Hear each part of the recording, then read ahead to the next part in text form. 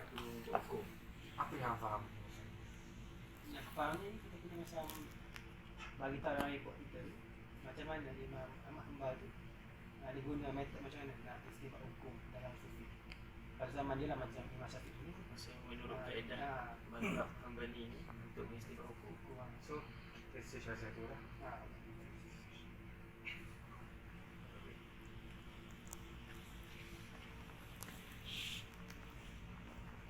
Jumpa sini. Jumpa. Jadi satunya kalau berdasarkan mazhab Imam Hanbali ni, yang pertama dia pakai nas Al-Quran dan hadis. Keduanya fatwa sebahagian sahabat dan pendapat sebahagian sahabat, dan juga hadis mursal dan hadis dhaif. Hadis Dan yang terakhir sekali kias. Dia tetap boleh kias kan? Boleh tu. Habis itu lah. Jadi aku rasa macam salah seorang kita kan semua kena cari juga lah poin-poin. Lepas tu nanti dia compare. Dia tengah asal apa seorang-seorang cakap kan. Nanti pada next meeting kan kita dah pilih statement ni untuk sebenarnya berkaitan kajian terhadap istimbat hukum mengikut pendapat Imam Mazhab Hanbali. Dan nanti next meeting kita akan buat untuk pembagian setiap untuk masing-masing teacher. semua faham dia kan. Semua balik saja apa yang kita nak guna point tu. Kita compile. Okey, jadi untuk first meeting.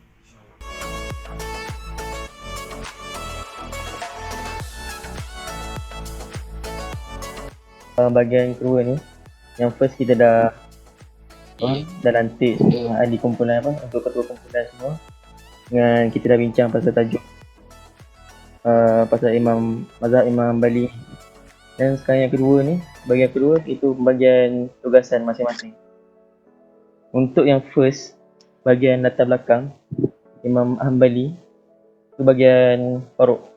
Aku introduction dengan latar belakang aku buat.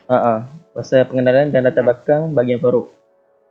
Dan untuk bahagian kedua, part 2, itu bagaimana disiplin ilmu ni dalam pengetahuan ni untuk bermula Bagi aku. bahagian Haimi. Lepas tu yang ketiga ni bahagian aku dengan Uzi. Itu saya. Perbezaan antara aspek etika dengan tak beretika dalam kewangan berpelbagai Islam. Lepas tu bahagian penutup, bahagian solah.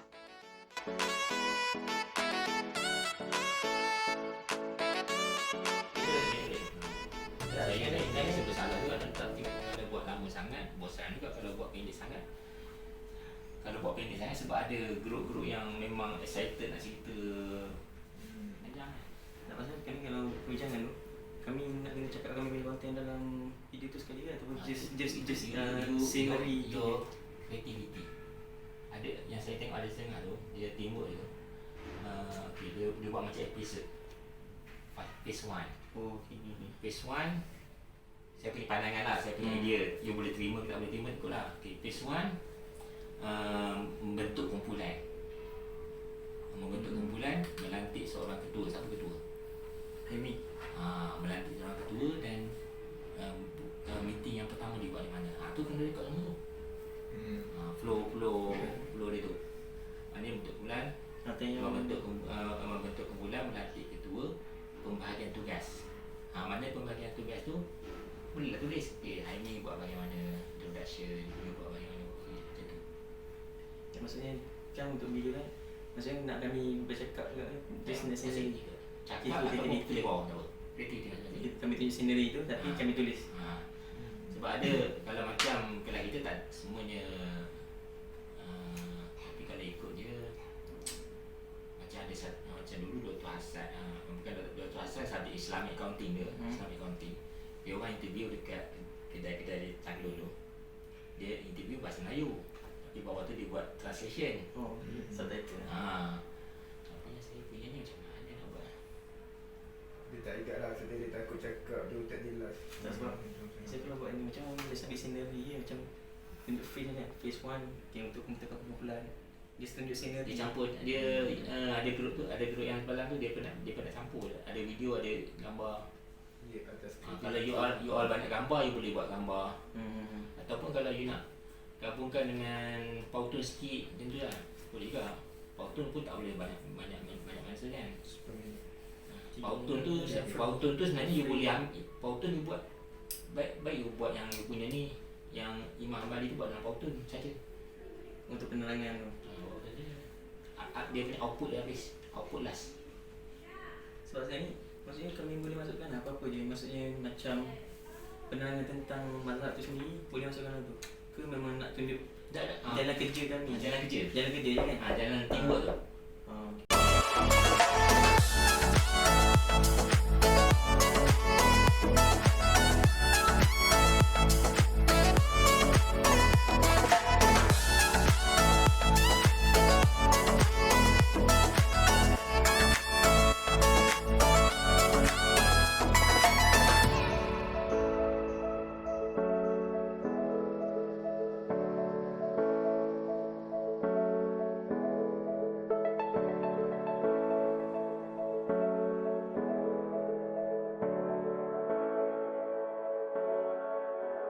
Assalamualaikum warahmatullahi wabarakatuh.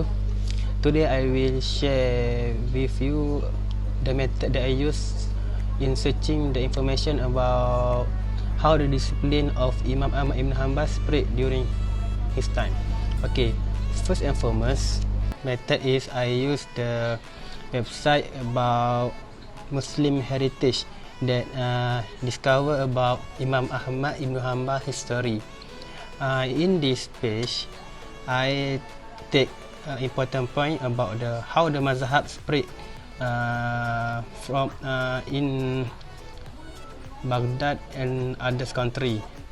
This page also include that how Imam Ahmad Ibn Hanbal study and search hadith and many tafsir in his life.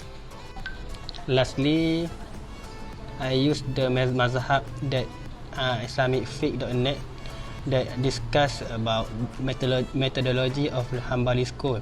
In this website, I take the important point that Imam Ahmad create the school of Hanbal to separate this mazhab to many students in this world. Assalamualaikum warahmatullahi wabarakatuh. Now, I would like to show you the method and the resources that I use in order to find and make a research on this topic of distinguishing between the ethical and unethical aspect in Islamic finance and banking according to Hanbali school of thought, which proposed by Imam Ahmad bin Hanbal.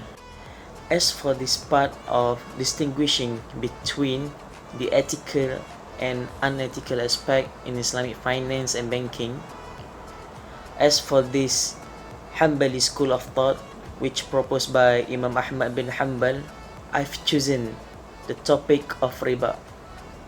Now, I would like to show you the references and the method that I use in order to get the finding on this topic.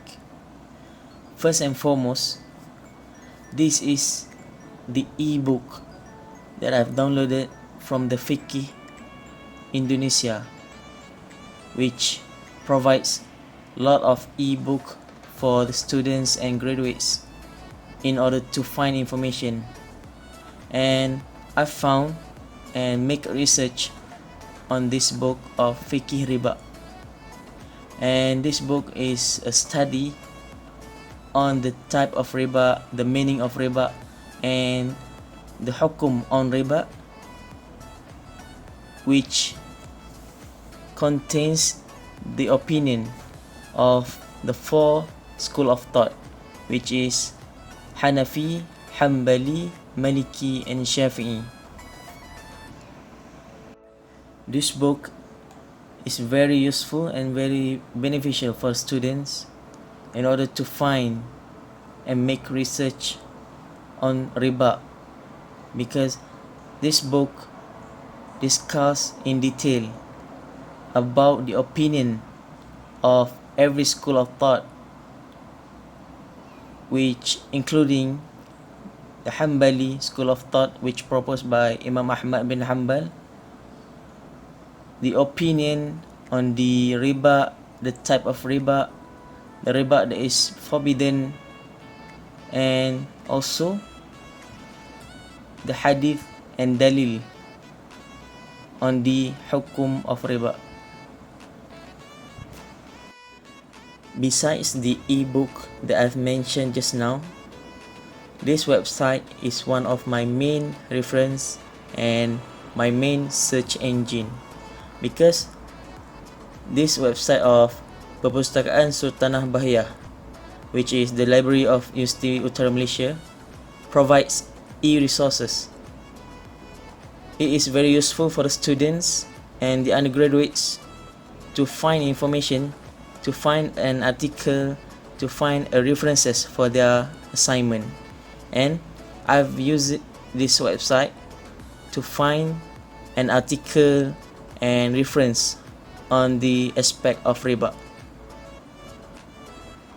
Bismillahirrahmanirrahim. Assalamualaikum warahmatullahi wabarakatuh.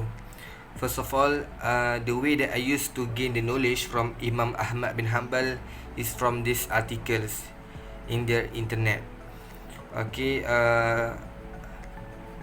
I will talk about the Imam Ahmad bin Hanbal on how he looks about by Al-Inah. So like this one, I will read all of it, and then I will take the important notes. So like this one article, like page number 6 for the definition, I will take this, okay, and then I will translate to bahasa English for you guys to understand. This definition is from Imam Ahmad bin Hanbal. Okay, other than that, I will go to the next article, and then I read all of it, this one, and this one, and then I will make the comparison. So that's all from me.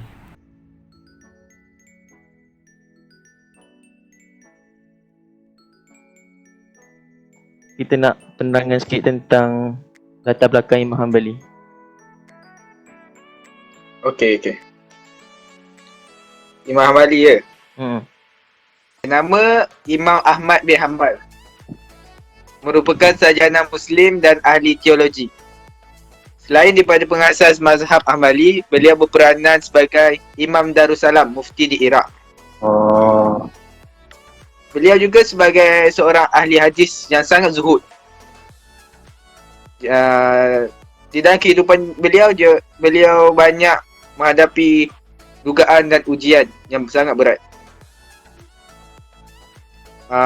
Imam Ahmad bin Hanbal juga dia menghafal hadis Rasulullah SAW beserta sanadnya yang sebanyak 1 juta.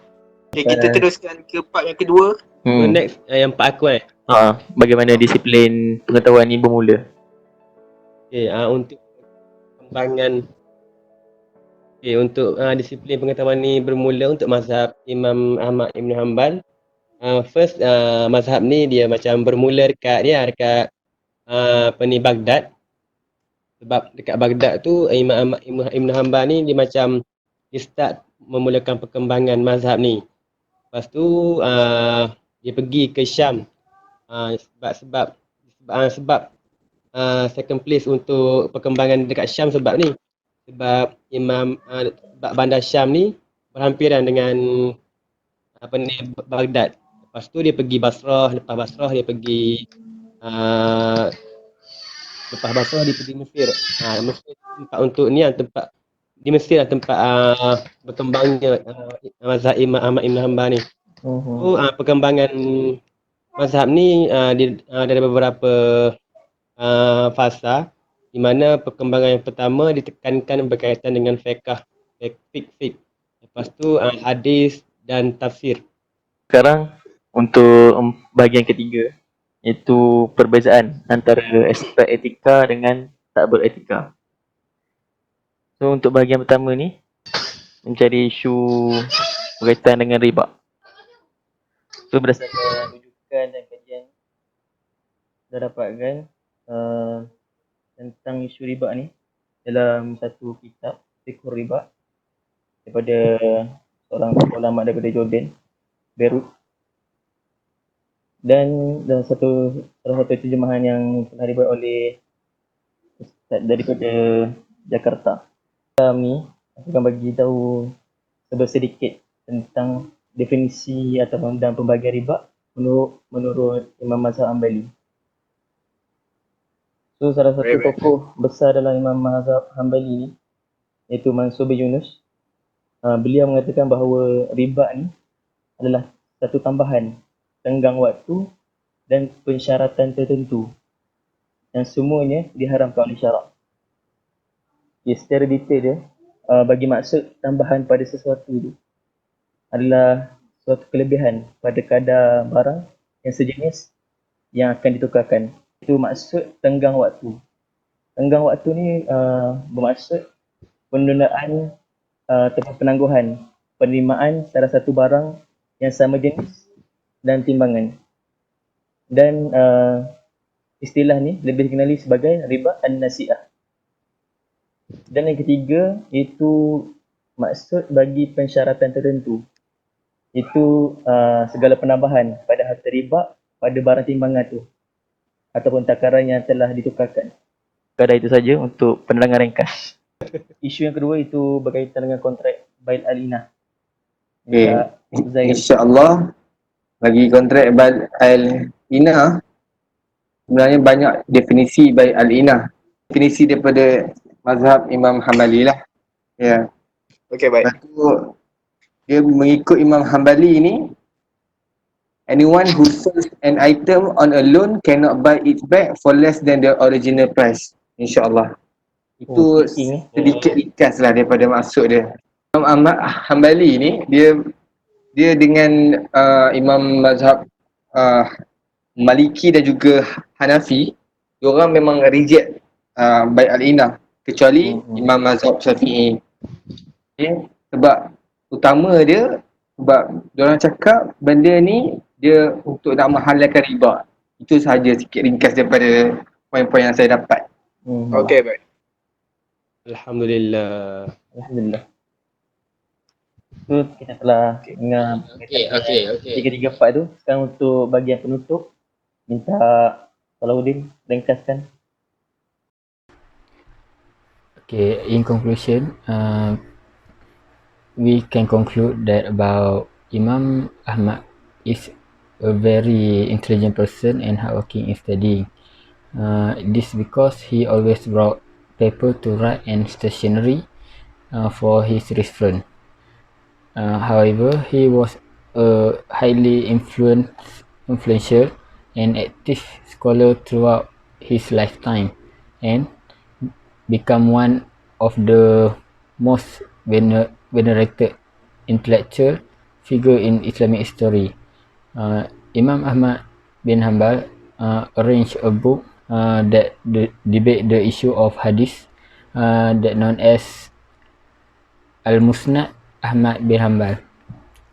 And he also wrote the book like Kitab Al-Ijrah, Al-Asma wal Kuma, Al-Tarikh, Al-Imam Al-Tahsir, and the last one Kitab Al-Imamah.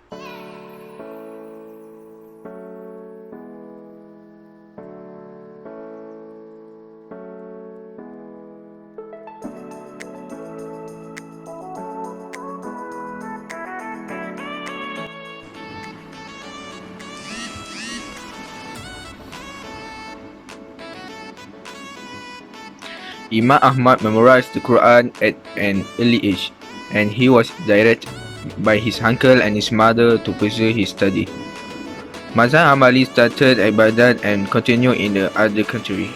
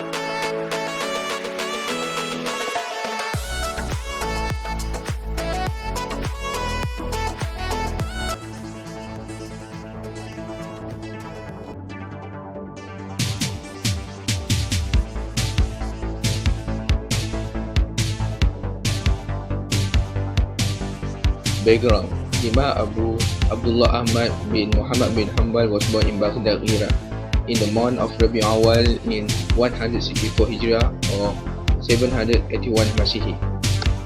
Imam Ahmad showed a deep interest in knowledge and was diligent in studying. He was brought stationery and paper to write. Imam Ahmad bin Hanbal memorized the Quran since he was young and at the age of 16.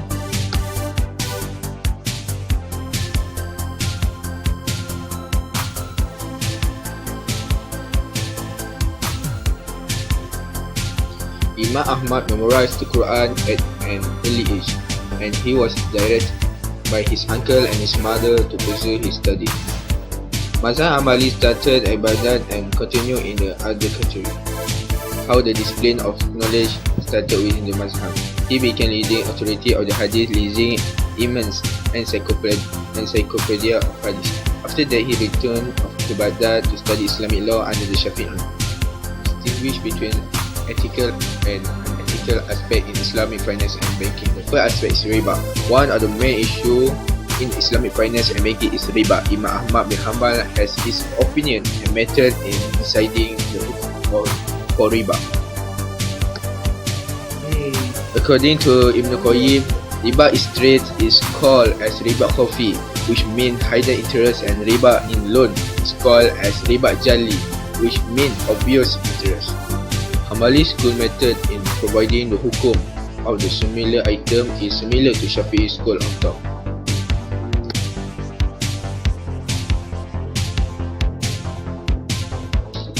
The second issue is Bai' al-Ina. The meaning of Bai' al-Ina is when a person who buys goods and resells them for cash at a higher price than the original. Shafi'i school of thought is the only one who accepts the requirement of Bai' al-Ina.